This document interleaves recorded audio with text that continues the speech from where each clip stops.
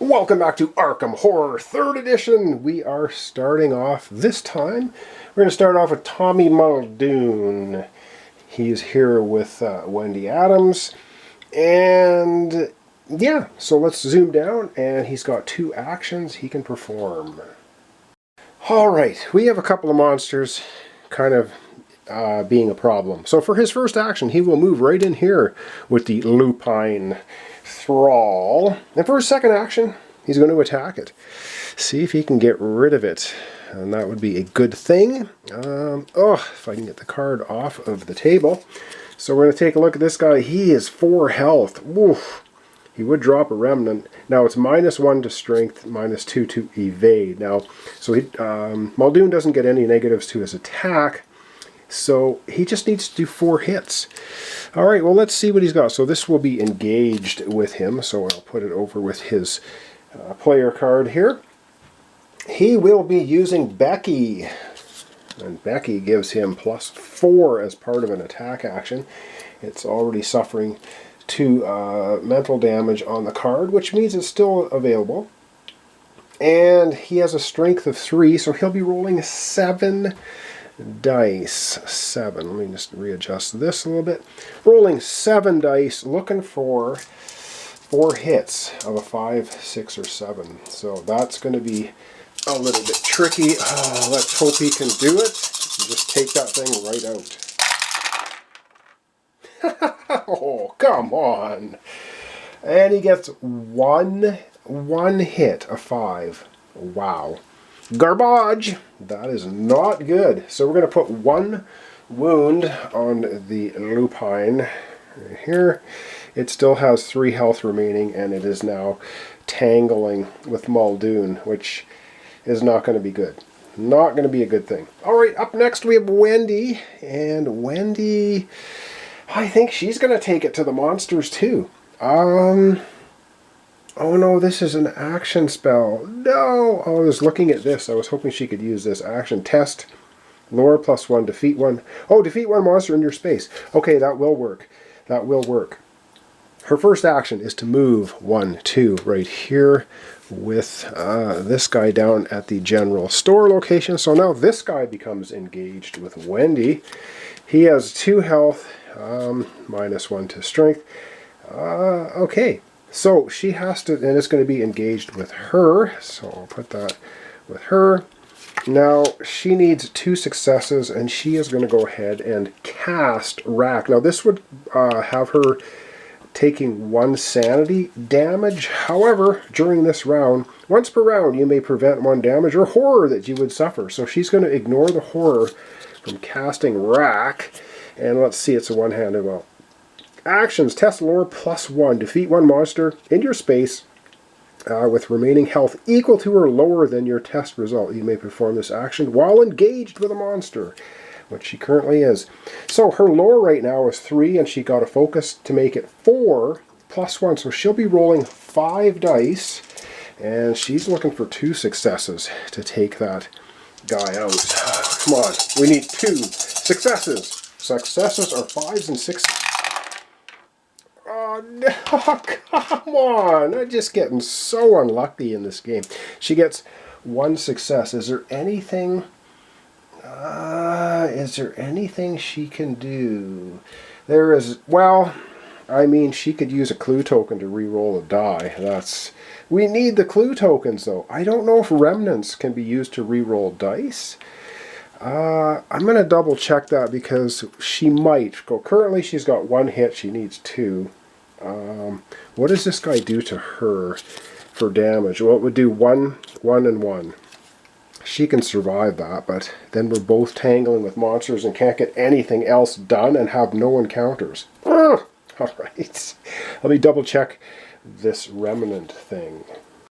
Alright, remnants are a no. You cannot spend a remnant to re-roll the die. You can spend a clue token to re-roll the die. And you can also spend a focus token to re-roll the die. And I think she'll do that. She'll spend her +1 lore focus token. So she's got 1 success. Oh, these are failures. To re-roll a die. So she's looking for a 5 or a 6.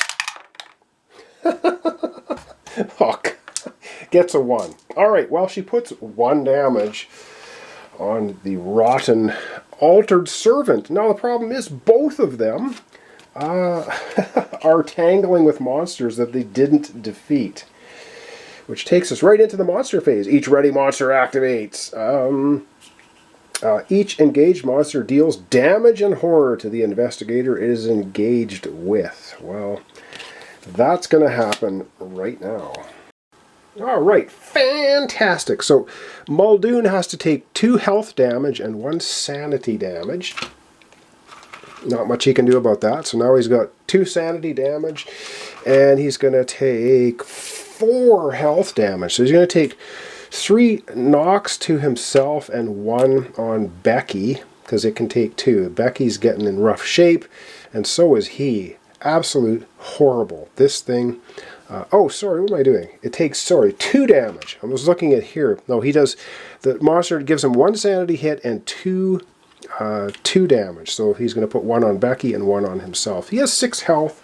Not doing the greatest. Alright, Wendy has to mess around now with the altered servant. Yeah, Wendy's going to take her smacks as well. Oops, this guy should be flipped over because he is engaged with Wendy.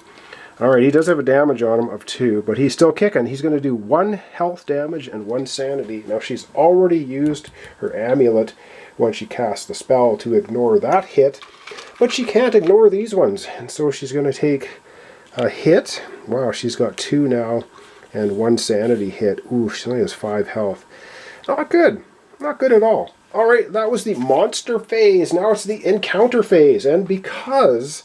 you draw a resolve an encounter card, matching blah blah blah, unless you are engaged with a monster. Well, they're both engaged with a monster, so we're skipping right to the all-exciting Mythos phase. You draw 2 tokens. we're not doing well. You draw 2 tokens from the monster cup, resolve with effect for both. Alright, so we're going to be starting off with Muldoon drawing his 2 tokens. Well, at least for Muldoon, we know what the 2 tokens are. There's only 2 tokens left in the bag. And we've only drawn out 1 blank, and there's 3, so his 2 tokens are just going to be blank and blank. So nothing happens for Muldoon. However, now we have to pull out 2 tokens for Wendy, which means we have to put all of the tokens back in the bag, and then she's going to be pulling out 2 of them. Wendy's first token is going to be a blank. Wow. 3 blanks. Okay. Are we getting a little bit of luck? And her second token will be a gate burster. Oh my god. Oh wow. We're just going down the tubes faster than I've ever seen in any of these Arkham games. Oh my god. Gate burster. Alright, well, where's the gate burster going to happen? It is going to happen at Northside. Oh, that is just not where we want it, because we have to push... Oh, come on. This is crazy. Alright, Northside already has an anomaly. It already has one. Gate burster. We're going to put 3, so we put 1 in each section, but we can't put any. So 3 are going to go directly onto the card. This one then is going to get shuffled with the ones that are already there and stuck at the back of this. Alright, we're going to put 3 tokens now on the Veil of the Twilight card. Alright, Gate Burster is going to be putting 3 tokens on our card. Oh, this is extremely not good. So 1, 2, 3. We now have 8 Doom tokens on Veil of Twilight. Yes, we're having a fantastically lucky playthrough. 8 of them, which means we've got to consult our cards because I think bad things are about to happen. Alright, consulting our cards. When there is 6 or more Doom on the scenario, flip this card and read the Silver Key effect. Alright. You see your allies in the Silver Twilight Lodge performing yet another ritual, but something seems different. As you approach, you realize all their eyes are milky white. They are thralls of Yog-Sothoth. Choose a neighborhood that does not contain a scar, or a mended scar, place a scar in any space on that neighborhood. Yay!